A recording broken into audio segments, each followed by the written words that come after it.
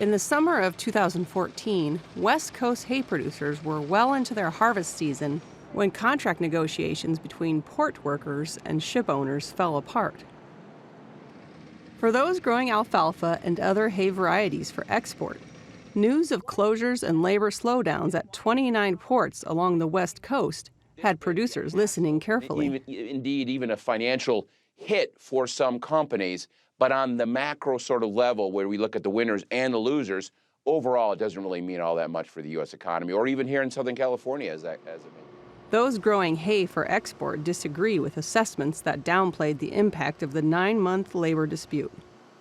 By then, many forage producers in California, Washington, and Oregon had taken a major financial hit, particularly those trying to get their products to international buyers in Asia and elsewhere. That was a very difficult time for exporters here in the Imperial Valley or anywhere on the West Coast. We couldn't ship anything out. We had standing orders. Marcel Van Dyke, marketing manager for the Port of Los Angeles, said the resulting congestion at the ports was especially hard for those with hay or other perishable products. Some you cannot store too long, or it is very expensive to store in cold storage. If you cannot ship it to the market, quality deteriorates, and then you don't get your premium price in the foreign market. So it is very hard for the supply chain to deal with those disruptions. Golden Eagle Hay, a Calipatria, California-based grower, began exporting alfalfa pellets out of the Imperial Valley in 1963, long before many other producers in the area. By 1980, the company had shifted to bales compressed for transport in shipping containers. Today, many others have joined them in trying to supply the Asian market with forage. John Berker, Golden Eagle's general manager, says some of their longtime customers had to turn elsewhere when the company, which now buys 80% of the hay it sells, was unable to get animal feed delivered on time because of labor disputes at the port. So we were not able to ship over there to Japan. This is just one example for Japan. So the cattle and the dairy cows have to eat. So what Japan did was they went and bought Timothy from Canada and Australia and oat hay instead because they had to feed their animals. Those in the hay export business were suddenly stuck storing the old hay crop as the new season approached. Some turned to nearby dairies and horse ranches, matching or undercutting domestic prices in hopes of emptying their storage sheds. According to USDA, hay prices across the country dropped by 25% between 2014 and 2016, with steeper declines along the West Coast. Those who grew primarily for domestic customers also began to feel the pinch as the market flooded with hay originally bound for other ports of call. Well, anytime you have an oversupply, you know the price will drop. Domestic dairymen, any cattle guy, they're pretty smart. And if they have offers for cheap fiber, they'll change their menu or change their ration.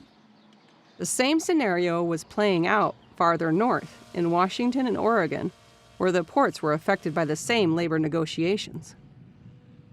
Hay exporters were reluctant to use truck or rail due to the slower delivery time that could leave customers waiting in Asia with a dwindling feed supply. The labor dispute was finally settled in February of 2015, but the ports needed several months to return to business as usual. While Golden Eagle weathered the storm, in part because of major customers from Japan and Taiwan who remained loyal, it took much longer for hay prices to rebound. But at least we had a home for it. A lot of guys didn't have a home for it. They didn't have the relationships that we have, that we've built over 20 years. U.S. hay exports had continued to show signs of growth until last year, as some customers returned to their original suppliers. But exports slipped in 2018 as the U.S.-China tariff battle grew. A decision in Saudi Arabia to reduce water use by cutting forage production helped prevent a greater backslide. One Saudi Arabian company went so far as to buy land in the Imperial Valley to grow its own hay. The traditional markets were always Japan and Korea, because they still have cows and all the other animals there, but they didn't have enough land to cultivate food for them. But you see now also more the Middle East is coming up. An unusual agreement to extend the new labor contracts at West Coast ports from 2019 to mid-2022 may have contributed to overseas customers having increased confidence in U.S. producers.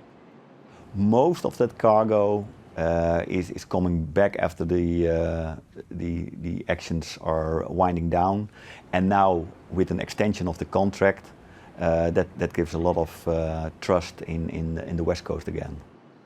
Despite the good news, the major hay exporters working 200 miles away in the Imperial Valley are unwilling to get caught in the middle again.